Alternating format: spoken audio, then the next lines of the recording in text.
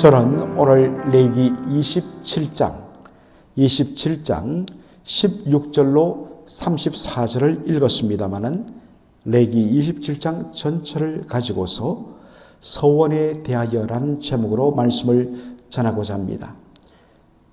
제목 그대로 레위기 27장, 레위기를 마무리하는 마지막 장은 서원에 대하여 그렇게 말씀하고 있습니다.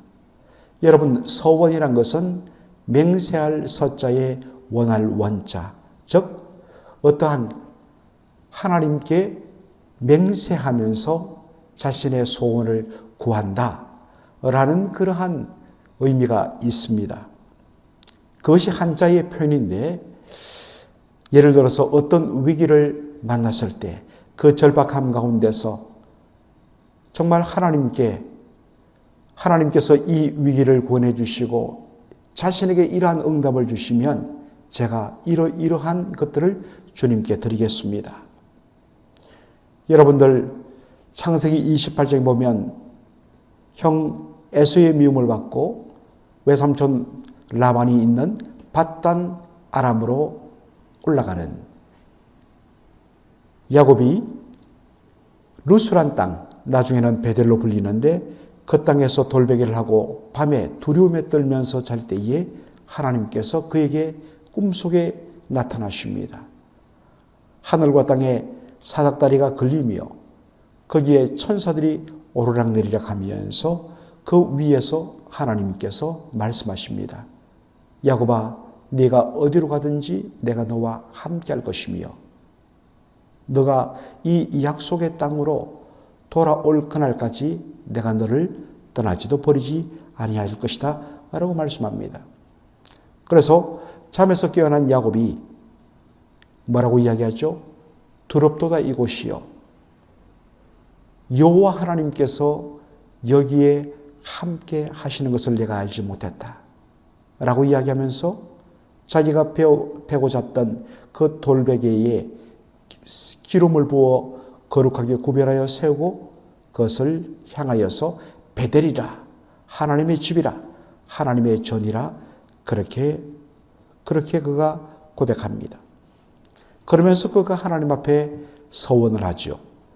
만일 하나님께서 말씀하신 대로 저를 이 약속의 땅으로 돌아오게 하신다면 제가 저의 소산의 11조를 하나님께 드리겠습니다. 또한 사무엘상 1장에 보면 유명한 한나의 소원이 있죠. 아들이 없어서 정말 늘 다른 부인 버닌나에 의해서 구박을 받고 정말 늘 격동을 당하던 한나가 하나님 앞에 눈물로 부르짖습니다. 하나님이여, 저에게 아들을 주옵소서. 이 아들을 주시면 제가 이 아들을 하나님께 바치겠습니다. 그래서 얻은 아들이 사무엘이었습니다. 사무엘이란 것은 여호와 하나님께서 들으시다 라는 말입니다. 그 서원 기도 들으시고 그 아들을 주셨습니다. 그래서 한나는 아들 사무엘을 약속한 그대로 젖을 뗄 때가 되었을 때에 바로 여호와의 성막으로 들어가 일생을 하나님을 위하여 구별되게 섬기도록 그렇게 드리는 장면을 우리가 보게 됩니다. 이것이 보통 우리가 이해하는 서원입니다. 그런 부분도 있지만은 레위기 27장의 서원은 그런 의미의 서원과는 다릅니다. 이것은 어떤 문제 해결을 위하여서 자신이 하나님께 서원하는 것이 아니라 자기에게 있는 것들, 물질이죠. 그것을 하나님을 위하여 자발적으로 드리겠다고 하나님 앞에 맹세하는 것, 이것이 서원입니다. 다시 말합니다. 레위기 27장의 서원은 자기의 것을 하나님을 위하여 드리겠다고 자발적으로 스스로 하나님 앞에 맹세하고 약속하는 것이다. 그 목적은 보면 알겠지만은 주로 성막, 성전에 필요한 경비를 위하여 내가 드리겠습니다. 그런 의미에서 레위기 27장의 서원은 오늘날 우리가 하나님 앞에 제가 드리겠습니다 하는 헌금, 그 헌금 약정과 같은 의미를 가지고 있습니다. 레위기 27장 1절로 8절 보면 사람을 여호와께 드리기로 서원한 것을 들읍니다. 이것은 사람의 몸을 드린다 그런 의미가 아니라 어떤 면에서는 내 존재를 하나님 앞에 드립니다. 그러면 제사장은 그 사람의 성별 그리고 그 사람이 내가 어느 기간 동안 5년이면 5년, 10년이면 10년 내 하나님 앞에 드립니다 하면 그 기간 동안을 돈으로 계산해서 책정해 주면 예, 제가 이것을 하나님 앞에 드리겠습니다. 그렇게 해서 헌금하는 것, 이것이 바로 사람을 하나님께 서원한다라는 의미입니다.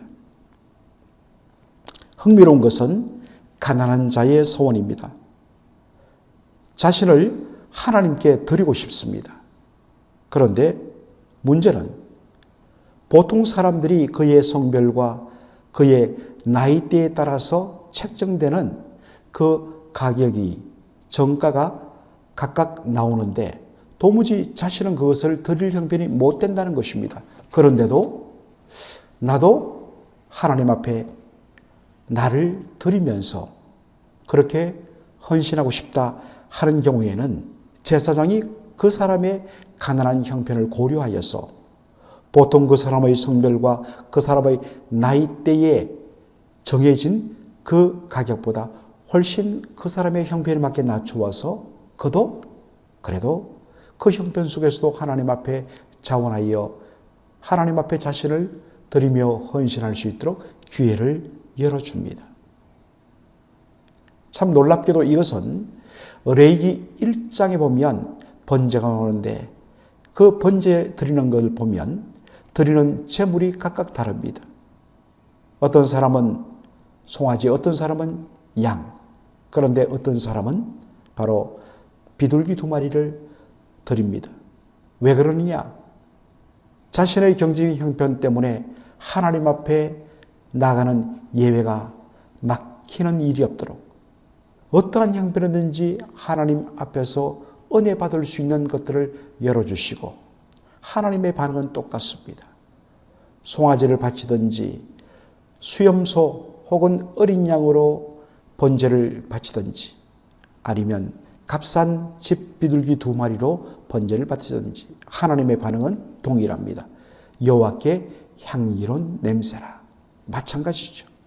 그가 부한 자든지 그가 가난한 자든지 누구든지 하나님 앞에 나의 것을 드리고 싶습니다 했을 때 그것을 드릴 수 있는 기회를 내어주고 그리고 하나님께서는 그 액수가 어떻든지 간에 그 사람의 형편 속에서 드리는 것들을 주께서 기쁘게 받으신다라는 말씀입니다. 그 외에 사람 자신뿐만 아니라 자기 집에 있는 가축들 그리고 자기의 소유의 집 혹은 자기가 소유한 밭들 이것을 각각 하나님 앞에 제가 드리겠습니다. 소원하면 제사장은 거기에 해당하는 가격을 정하여서 그 사람이 알려주면 그가 거기에 맞춰서 하나님 앞에 소원한 것들을 그대로 수행하면서 그렇게 헌금하는 것들을 보게 되는 것입니다. 근데 오늘 이 말씀 어쩌면 좀 지루하죠. 이게 어떤 의미에서는 우리의 어떤 일상적인 것에 와닿지 않기 때문입니다. 그런데 여러분 여기 잘 보시면 반복되는 것이 있습니다. 사람이 자신의 몸을 어떤 사람은 자신의 가축을 또 집을 밭을 하나님 앞에 드리기로 서원했다가 그 서원한 것을 되돌리려는 그것을 물리려는 즉 되돌리려는 그러한 경우가 있는데 그러한 경우에 대해서 규정들이 있습니다.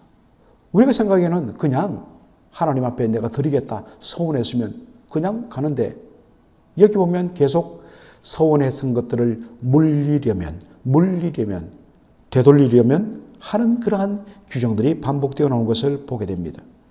예를 들어서 내가 하나님 앞에 가축을 바치기로 서원했는데 무슨 이유인지 아이고 그것을 취소하고 다시 되돌리려 한다.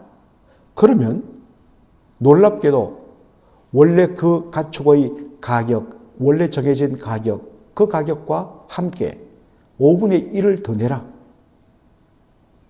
그러면 뭐가 되겠습니까? 차라리 그냥 그대로 낸 서원을 이행하는 것이 더 맞다는 것입니다. 밭을 바치기로 했다가 마음이 바뀌어서 아이고 저 안 하겠습니다. 되돌리겠습니다. 한다면 좋다. 그 밭 가격 플러스 5분의 1을 더 내라. 여러분 어떤 의미에서 도무지 말도 안 되는 이런 규정을 왜 할까요? 여러분 이렇게 한 것은 뭐냐면 그만큼 서원에 대해서 신중하게 그렇게 결정할 것을 가르치기 위함입니다. 사람은 자신의 형편과 처지에 맞게 하나님 앞에 서원하여야 합니다. 순간적인 감정의 충동과 남이 하니까 나도 한다 라는 식으로 하는 것은 옳지 않습니다. 바로 이것을 가르치기 위하여서 그리고 하나님 앞에 서원한 것은 정말 힘들지라도 바꾸지 않고 그대로 약속을 지킬 것을 말씀하는 것입니다. 정만일 자신의 형편이 감당치 못한다면 하나님 앞에 얼마든지 말씀드릴 수가 있습니다. 하나님께서는 야 네가 한번 맹세했으니 너 안 지키면 너 벌 받는다. 그런 하나님 아니십니다. 그러나 그만큼 우리가 하나님 앞에 하나님 이름 걸고 서원하고 맹세한 일에 대해서는 신중해야 된다는 것을 말씀하고 있습니다. 오늘 본문에 보면 흥미로운 일들이 많이 나옵니다.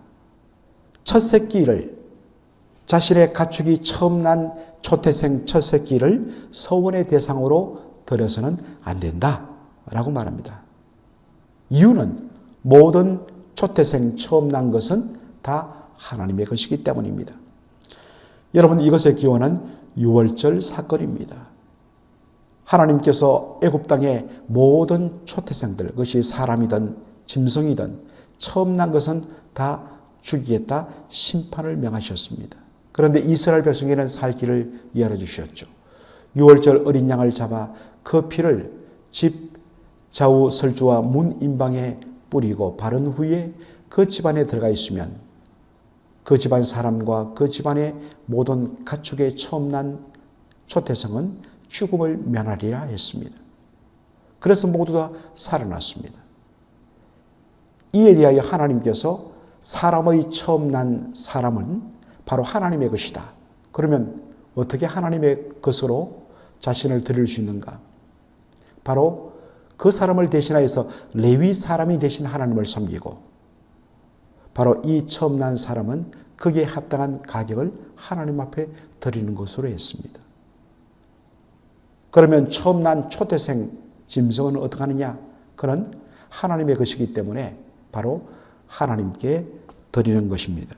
원래부터 하나님의 것입니다. 그런데 사람들이 아까우니까 그리고 뭔가 자기는 하나님 앞에 하고 싶다 또 했다는 것을 사람들 앞에 드러내기 위해서 초태생 외에 처음 난 새끼 외에 다른 그러한 새끼를 바쳐야 되는데 마치 자신이 하나님께 이것을 드린다는 식으로 처음 난 새끼를 바친다는 것입니다. 일종의 자기의 과시죠. 자기의 어떤 종교적인 만족이죠. 그렇게 해서는 안 된다는 것입니다. 27장 마지막은 11조에 대해서 말합니다. 11조도 어떤 의미에서는 일종의 서원임을 보여주는 것입니다. 땅의 소산과 소나 양의 10분의 1 그것은 하나님의 것으로 돌려야 한다라고 말합니다. 흥미로운 것은 특별히 이 소나 양의 새끼를 하나님 앞에 서원하여 드릴 때에 어떻게 11조를 드리냐 했을 때에 막대기를 이렇게 걸어놓고 그 아래로 자기가 소유하고 있는 새로 태어난 소나 양의 새끼들을 몰아갑니다. 그래서 그 막대기를 통과하는데 10번째 것을 딱 잡아갖고 이것은 하나님의 것 11조로 드립니다 라고 하라는 것입니다. 목적은 사람이 욕심이 생기죠. 보니까 새로 태어난 양과 송아지가 있는데 어떤 것은 실하고 어떤 것은 부실합니다. 그래서 좋은 것은 내가 가지고 어차피 하나님 앞에 그 10마리면 10마리 중에 한 마리는 11조로 드려야 되는데 그래서 좋은 것은 자기가 가지고 어차피 또 내야 되니까 좀 부실한 것들 이거 11조입니다. 10번째입니다. 이렇게 사람들의 탐심이 작용할 수 있으니까 그 순서를 바꾸지 말라는 것입니다. 그냥 짐승을 딱 어이 해서 통과하게 했는데 가만히 지켜보는데 그게 앞서거니 뒤서거니 하든지 그대로 내버려두고 그 10번째 그것이 토실토실한 양이나 송아지가 될 수 있죠. 하나님께 바치는 겁니다. 탐욕에 의해서 그걸 바꾸지 말라는 것입니다. 어떤 분이 그러한 예화를 드는 것을 들었습니다. 아주 오래된 예화인데 어떤 농부가 자신의 기르던 소가 암소가 쌍태를 했습니다. 쌍둥이를 임신한 거죠. 그러니까 이 농부가 감사해서 하나님 이 2마리 송아지가 태어나면 그 중에 한 마리를 제가 주님께 드리겠습니다. 그런데 드디어 소가 그 송아지 2마리를 낳았습니다. 그런데 어찌하다가 그 중에 한 마리가 죽습니다.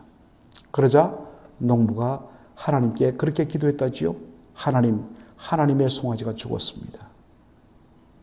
웃자고 하는 이야기지만은 어떤 의미에서는 바로 그 정신과 의미 면에서는 그대로 연결되는 것입니다. 그래서 하나님 앞에 서원하고 하나님 앞에 11조 할 때에 아까워하지 말고 이 모든 것이 하나님께서 저에게 주신 것임에 제가 돌려드립니다.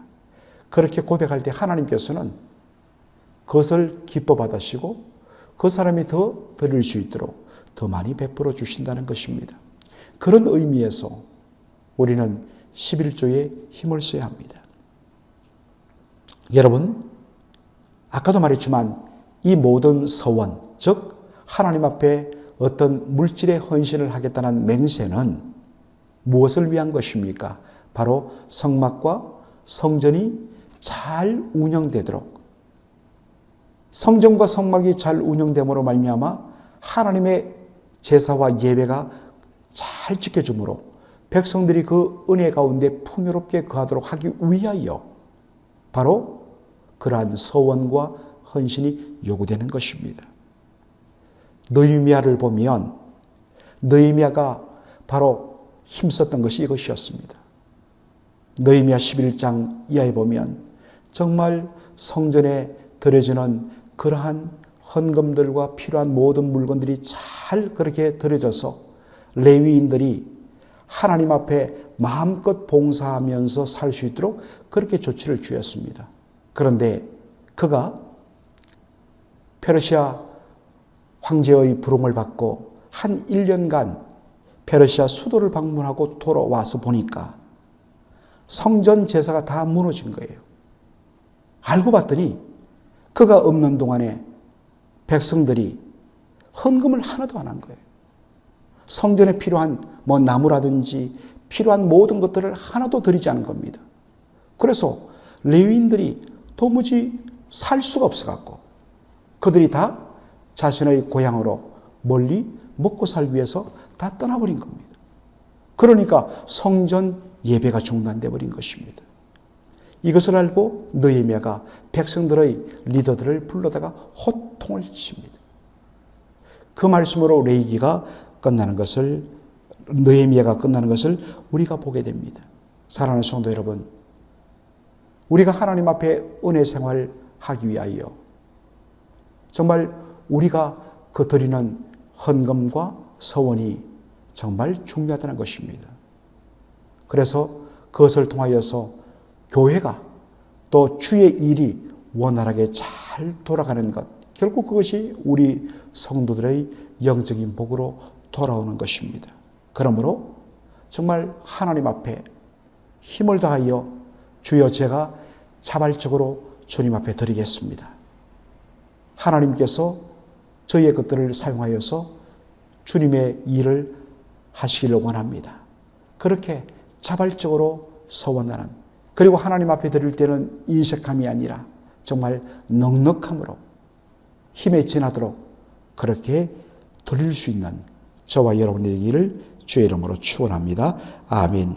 살아계신 우리 아버지 하나님, 은혜와 사랑을 감사합니다. 오늘 레위기 27장 이제 레위기를 마무리하면서 마지막에 서원에 대하여서 저희들 살폈습니다. 레위기 앞부분에 수많은 제사 제도와 정결 규례와 그것을 통하여 하나님 앞에 어떻게 거룩하게 예배를 드리는가 말씀하여 주지만은 정작 성도들의 자발적인 헌신과 하나님 서원이 없다면 하나님 이 모든 성막과 성전의 운영이 정말 제대로 이루어지지 않아서 하나님께 거룩한 예배를 드리지 못하게 되고, 그러므로 말미암아 결국에는 성도의 영혼이 피폐해지는 것, 이것 때문에 마지막에 서원에 대하여 다룬 줄을 압니다. 주님이여, 저희들도 주님 앞에 드릴 때에 기쁨으로 드리게 하시고 자발적으로 드리게 하여 주시며, 정말 교회의 필요를 위하여서 저희들의 힘을 다하여서 드림으로 교회가 그리고 하나님 나라의 선교 사업이 막힘이 없도록 주께서 역사하여 주옵소서. 예수님의 이름으로 기도하옵나이다. 아멘.